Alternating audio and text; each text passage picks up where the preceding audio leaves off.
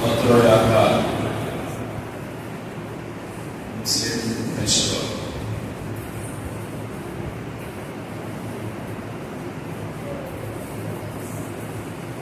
মানুষ যখন কাউকে ভালোবাসে তখন তার ভালোবাসা, তার কথায়, তার ইশারা ইঙ্গিতে ও তার আচরণে, তার কর্মে প্রকাশ পায়। মানুষ যখন কাউকে সম্মান করে তখন অনুরূপভাবে তার এই সম্মান করা, তার কথার মাধ্যমে, ইশারা ইঙ্গিতের মাধ্যমে, কর্মের মাধ্যমে দেখতে পাওয়া যায়।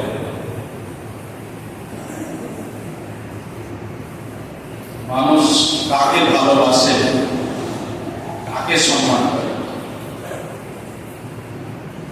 মানুষ ভালোবাসে তাকে যাকে সে ভালো মনে করে।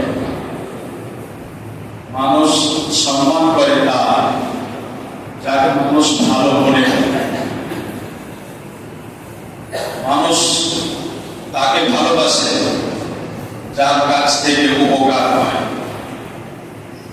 যার কাছে কোন সহযোগিতা হয়, যার কাছে কিছু পাওয়ার আশা।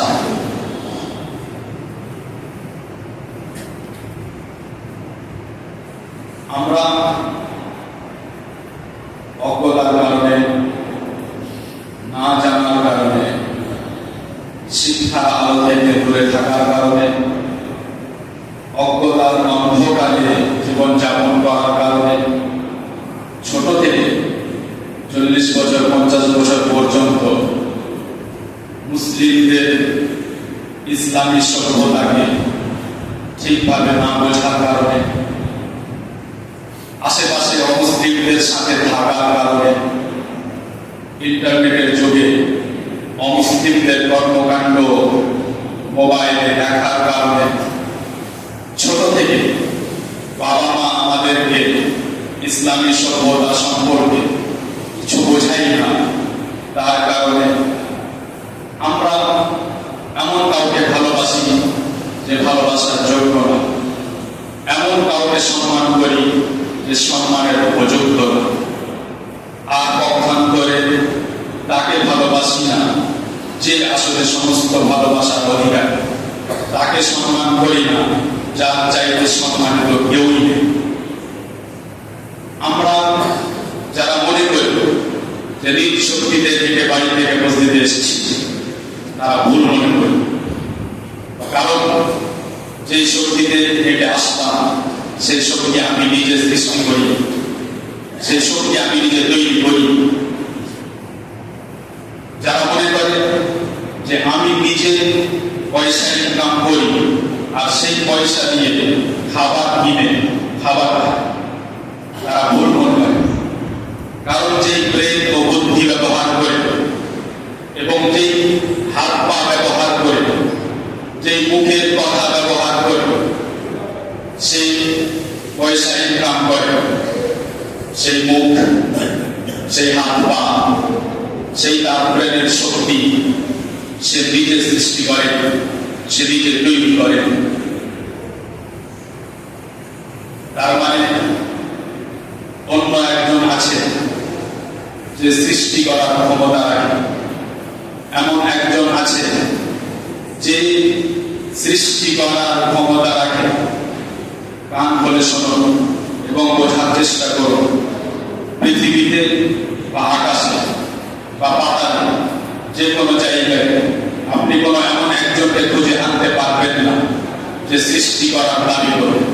যতই বড় সায়েন্টিস্ট হোক না কেন, যতই বড় শিক্ষিত হোক না কেন, যদি তাকে বলা হয় যে একটা বালি কণা সৃষ্টি করতে হবে, একটা পিঁপড়ে পা সৃষ্টি করতে হবে, একটা মশা পাখা সৃষ্টি করতে হবে, ক্ষমতা নেই। কাকে সম্মান করেন আপনি? ডক্টরকে সম্মান করেন। কেন? কারণ ডক্টর আপনাকে কিন্তু ডক্টর যে ব্রেন ব্যবহার করে সেই ব্রেনকে তৈরি করে, সেই ব্রেনকে সৃষ্টি করেছে। ডক্টর যে শিক্ষা অর্জন করেছে সেই শিক্ষা যে ব্রেনের মধ্যে সংরক্ষিত, সেই ব্রেনকে সৃষ্টি করেছে। ডক্টর যখন আপনাকে ওষুধ দেয়, সেই ওষুধ যখন আপনার শরীরের মধ্যে যায়, সেই শরীরের মধ্যে সেই ওষুধের সাথে শরীরের বিভিন্ন অঙ্গ প্রত্যঙ্গের যে প্রতিক্রিয়া ঘটে, সেই প্রতিক্রিয়াকে ঘটায় আপনার শরীরে কি ডক্টর প্রবেশ করে? শক্তি কি এই ডক্টর সৃষ্টি করেছে, নাকি ঔষধ যে ট্যাবলেট আপনি খান ওই ট্যাবলেট নিজেই শক্তি সৃষ্টি করতে পারে? বোঝার বিষয় হলো যে আমরা অজ্ঞতার কারণে তাদেরকে সম্মান দিচ্ছি যারা আসলে সম্মানের যোগ্য নয়। এমন একজন আছেন যার সামনে এই পুরো পৃথিবীতে দূরের কথা, এই পুরো আকাশের কোনো অস্তিত্ব নেই, বরং আমাদের মাথার উপর যে আকাশ, এই আকাশের উপর আরো 6টি আকাশ রয়েছে। প্রত্যেকটি আকাশ তার নিজের আকাশের চাইতে উঁচু, এবং 7 আকাশের উপরে এমন একটি সৃষ্টি আছে যা নিজের চোখে কখনো দেখেননি কেউ, এবং তার নাম আল কুরসি। এবং এই কুরসি সম্পর্কে ইবনে আব্বাস রাদিয়াল্লাহু আনহুমা বলেন যে এই কুরসি হলো আল্লাহ রাব্বুল আলামিনের পায়ের স্থান, আল্লাহ রাব্বুল আলামিনের পায়ের জায়গা। সেই কুরসির উপরে আল্লাহ তাআলার এমন এক সৃষ্টি রয়েছে যেই সৃষ্টির চাইতে বড় সৃষ্টি কোথাও নেই, না আকাশে না পৃথিবীতে, এবং সেই সৃষ্টির নাম হলো আরশ। আজ পর্যন্ত আপনি শুনেছেন কিনা যে আরশ হলো পৃথিবী জগতের, এই বিশ্ব জগতে আল্লাহ তাআলার বাইরে যত যা কিছু আছে এই পুরো জগতের মধ্যে সবচাইতে বড় সৃষ্টি আরশ। সেই আরশ কত বিশাল, কত বড় হতে পারে তা কল্পনা করার শক্তি আমাদের ব্রেনে দেওয়া হয়নি, তা কল্পনা পর্যন্ত করা সম্ভব নয়। কিন্তু উদাহরণস্বরূপ বোঝানোর জন্য আমাদেরকে কুরসি বোঝানো হয়েছে। নবী সাল্লাল্লাহু আলাইহি ওয়াসাল্লাম কুরসির উদাহরণ দিয়েছেন যে যদি কোনো মরুভূমিতে বিশাল কোনো ময়দানে ছোট্ট একটি লোহার টুকরো পড়ে থাকে, তাহলে মনে করো যে সেই লোহার টুকরোটি হলো 7 আকাশ ও 7 পৃথিবী। সেই লোহার টুকরোটি হলো 7 আকাশ ও 7 পৃথিবী, আর সেই বিশাল ময়দান হলো আল্লাহ তাআলার কুরসি। এবার যদি বুঝতে চাও যে কুরসির চাইতে আরশ কত বড়, তাহলে আমার এই উদাহরণকে বোঝো যে সেই ছোট্ট লোহার টুকরোটি হলো কুরসি, আর এই বিশাল ময়দান হলো আরশ। অর্থাৎ কুরসির তুলনায় আরশ বিশাল। কল্পনার বাইরে আমরা যে পৃথিবীতে বসবাস করি সেই পৃথিবী কত বিশাল, কিন্তু পৃথিবী যে গ্যালাক্সির মধ্যে পড়ে, সেই গ্যালাক্সি পুরো মণ্ডলের মধ্যে, তারকা মণ্ডলের মধ্যে ছোট্ট একটা কোণায় অবস্থিত, এবং এর আশেপাশে কোটি নয় বরং অসংখ্য তারকা, অসংখ্য গ্রহ নক্ষত্র ছুটে বেড়াচ্ছে। তার মধ্যে ছোট্ট একটা বাড়ি বানার সমান নয় আমাদের এই পৃথিবী। যে পৃথিবীর মধ্যে যদি আমরা আমাদের নিজেদের অস্তিত্ব খুঁজি, তাহলে খুঁজেই পাওয়া যাবে না আমরা এতই ছোট, আমরা এতই নগণ্য, আমরা এতই তুচ্ছ। কিন্তু আল্লাহ তাআলা সম্পর্কে না জানার কারণে আমরা আল্লাহ তাআলাকে একদিকে ছেড়ে দিয়ে, আল্লাহ তাআলার কথা ও আদেশকে একদিকে ছেড়ে দিয়ে কার না কার আমরা সম্মান করে বেড়াই, কাকে ভালোবেসে বেড়াই, তা আমাদের দুর্ভাগ্য। সেই আরশের আশেপাশে মহান আল্লাহ তাআলার বিশাল বিশাল সৃষ্টি, মহান আল্লাহ তাআলার বান্দা, নেক বসার বান্দা ফেরেশতাগণ সবসময় তার তাসবিহ বর্ণনা করে, সুবহানাল্লাহ, আলহামদুলিল্লাহ, সবসময় আল্লাহ তাআলার প্রশংসা বর্ণনা করে। এই আকাশগুলোতে কোনো এমন জায়গা নেই যেখানে কোনো ফেরেশতা আল্লাহ তাআলার ইবাদতে মগ্ন নয়, কোনো এমন জায়গা নেই যেখানে কোনো ফেরেশতা বা সিজদায় ইবাদত অবস্থায় আছে। 7 আকাশের উপরে একটি ঘর, একটি ইবাদতের জায়গা রয়েছে যার নাম আল বাইতুল মাহমুর। সেখানে একবার 70,000 ফেরেশতা প্রবেশ করেন এবং ইবাদত করার পর বেরিয়ে আসেন। এখন পর্যন্ত সেই ফেরেশতা আবার দ্বিতীয়বার সেই জায়গায় ইবাদত করার সুযোগ পাবেন না, কারণ ফেরেশতাদের সংখ্যা এত বেশি। আমরা ছোট্ট একটা গ্রামে বসে নিজেদেরকে অহংকারী হিসেবে পেশ করি এবং নিজেদেরকে চতুর চালাক হিসেবে পেশ করি। মনে করি যে দুনিয়া অর্জন করতে পেরেছি, বাড়ি বানাতে পেরেছি, তো আমি খুব জ্ঞানী মানুষ। মনে করি যে আমার কাছে পয়সা জমা হয়েছে, তো আমি খুব বড় মানুষ। জি না, আপনি কখনো প্রমাণ করতে পারবেন না যে আপনি বড়, কারণ আপনার কাছে পয়সা আছে, কখনো না। কোরআনের মধ্যে কোন জায়গাতে, একটি জায়গাতে আল্লাহ তাআলা কোন মানুষের শুধু পয়সা থাকার কারণে প্রশংসা করে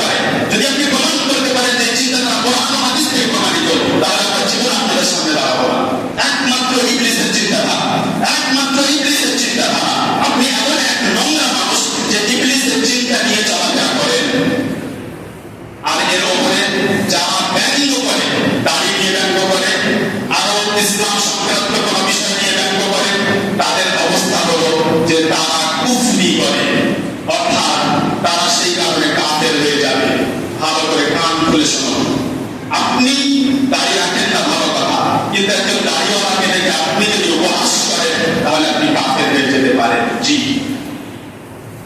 নবী সাল্লাল্লাহু আলাইহি ওয়াসাল্লামের যুগে মুনাফিকদের কিছু দল সাহাবায়ে কেরামকে নিয়ে উপহাস করছিল এবং আল্লাহ তাআলার পক্ষ থেকে আয়াত নাযিল হলো, বাল কাফারতুম বা'দা ঈমানিকুম, তোমরা কাফের হয়ে গেছো। তারা বলল যে নবী সাল্লাল্লাহু আলাইহি ওয়াসাল্লাম